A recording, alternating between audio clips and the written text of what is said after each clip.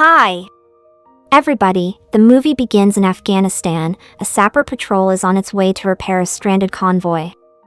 The combat engineer steps out of the vehicle and yells, asking which moron is responsible for the clusterfuck that ruined his day.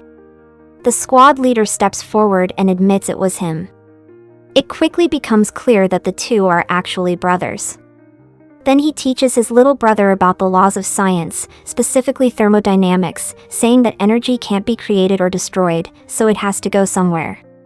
By filling the convoy trucks with stop leak, they essentially block the vents, causing heat to build up until the radiator blew. Then he jokingly tells his brother he knew it had to be his bright idea to pour stop leak into the truck. His brother sighs, admitting this isn't what he really wants to be doing. He reminds him that their dream was always to be selected for RASP, even showing the matching tattoos they got that reads, "Don't fucking quit." But the older brother scoffs, saying he's already too old and that the program is extremely hardcore. He also points out that they were only 18 when they made that promise. Still, his brother tells him to imagine the feeling of earning their own Ranger scrolls and the pride that comes with being a Ranger. Eventually he manages to convince his brother, but moments later, the Taliban suddenly attacked the convoys. In the brutal firefight that follows, almost all the soldiers are killed. With his knee badly injured, he drags himself toward his brother. 2 years later, he is now on a bus heading to the Army Ranger Selection Base in Colorado. The cadre instruct the candidates to head to the induction hall and turn over all their personal belongings. From this point on, they're told they no longer have names, only numbers.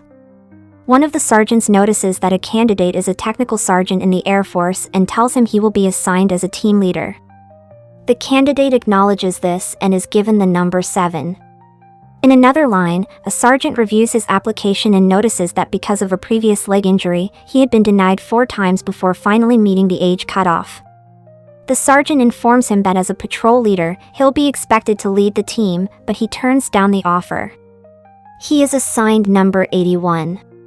Only those who reach the final stage will face the 24-hour death march, a grueling mission completed by crossing that finish line, after which they can earn the coveted Ranger Scroll.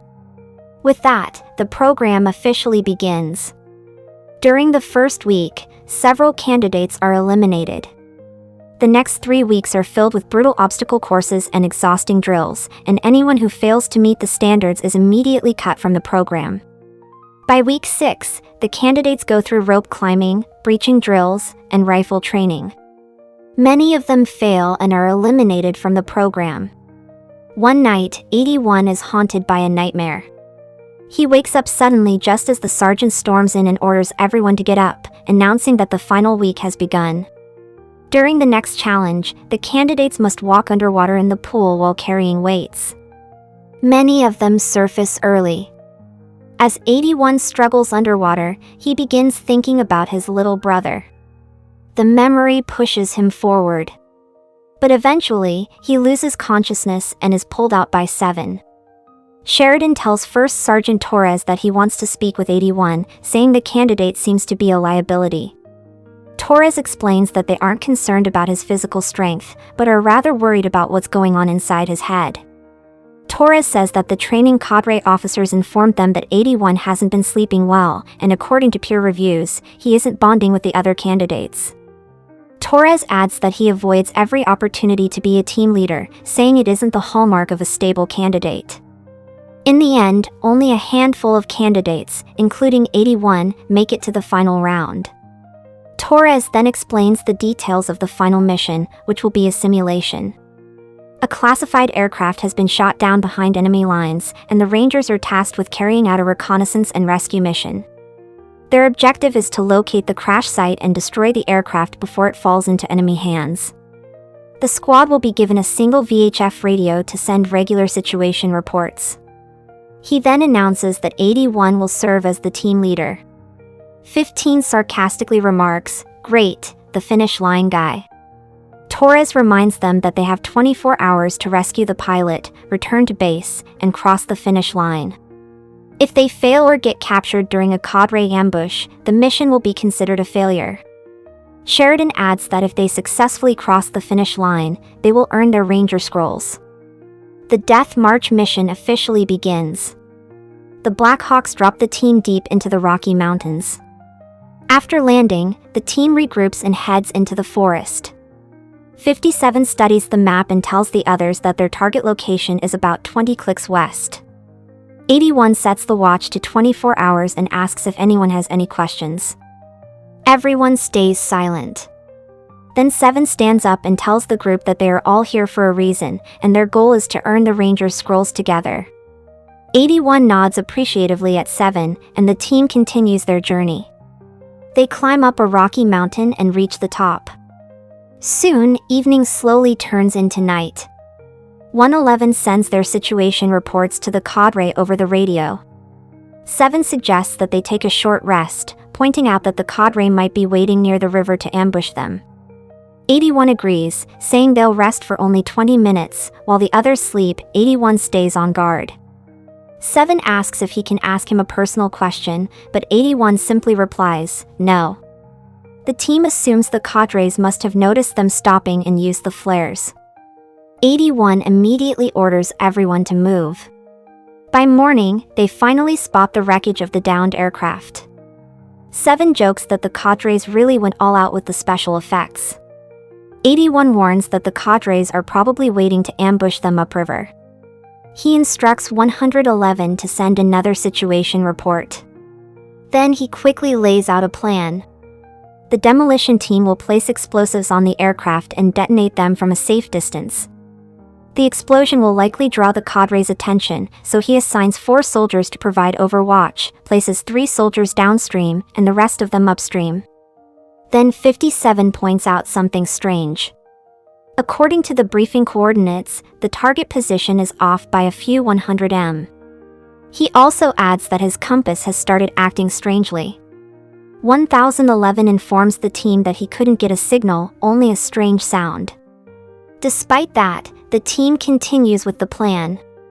As everyone moves into position, 81 suddenly notices a brief glint of light in the distance. He quietly signals to 7 that he's going to check it out. He heads deeper into the woods while the demolition team prepares the explosives. Moments later, 81 discovers what appears to be their real target, but by then, it's already too late. The team detonates the explosives. 81 runs back to warn the team. Suddenly, a strange machine with glowing red lights rises. It scans their faces with bright beams and then suddenly opens fire, killing several soldiers. 81 immediately orders everyone to run. They sprint through the forest but soon reach a dead end. The machine launches a bomb that explodes nearby, sending the remaining soldiers tumbling down a steep hill, leaving them injured. For a brief moment, 81's mind flashes back to Afghanistan, but he forces himself to focus on the present. He rushes to help 57, who has been impaled on a tree branch. 109 panics, saying the wound looks terrible, but 81 tells him to breathe and focus. During the fall, 7's leg is badly injured. The surviving soldiers are stunned by the mysterious machine that just wiped out half their team. 81 asks them if the demo team survived. They say no. Moving carefully through the smoldering debris, he finds 111 dead. And the radio completely destroyed. Just then, 81 sees the machine killing another soldier. Unfortunately, 57 dies from his injuries. 81 soon returns, urgently telling them they have to move because the machine can follow their trail. He informs them that 111 is dead and the radio is destroyed. They tie a rope down the cliff and begin lowering themselves one by one. 6 offers to lower 7 and 81 nods before climbing down first, but just as 7 is being slowly lowered, the machine finds them. It fires again, killing 6, and 7 crashes hard onto the ground below. The machine moves to the edge of the cliff and scans the area. Unfortunately, 7's leg is detected. The machine immediately opens fire, forcing the team to scatter and hide. Moments later, it launches several bombs that explode around them, killing even more soldiers. After hours of walking, the team finally stops to rest. When 81 notices blood on 7's leg, he panics for a moment. 7 assures him. Then he asks 109 for morphine. Unfortunately, the container was damaged during the fall. With no other choice, 81 counts to 3 and snaps the leg back into place. The pain is so intense that 7 passes out. About an hour later, they reach a river with a powerful current. 81 informs the team that they'll have to use their ropes to create a zip line across the river. He decides to cross first to secure the line on the other side before going. He tells 109 to keep an eye on the compass. Then he asks 44 to hand him the rope and give it a little slack, since the current will push him hard. 81 struggles against the rushing water, and for a moment he disappears beneath the surface. Then suddenly he emerges on the opposite bank. 81 secures the rope and soon the team successfully sets up the zip line. First, 7 and 15 begin crossing. Halfway across, however, 7 gets stuck in the middle. 15 tries to untangle the line, but in the process he accidentally unbuckles 7's safety strap. Seeing this, 81 quickly starts moving across to help.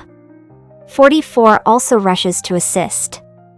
At that exact moment, the machine suddenly appears and opens fire.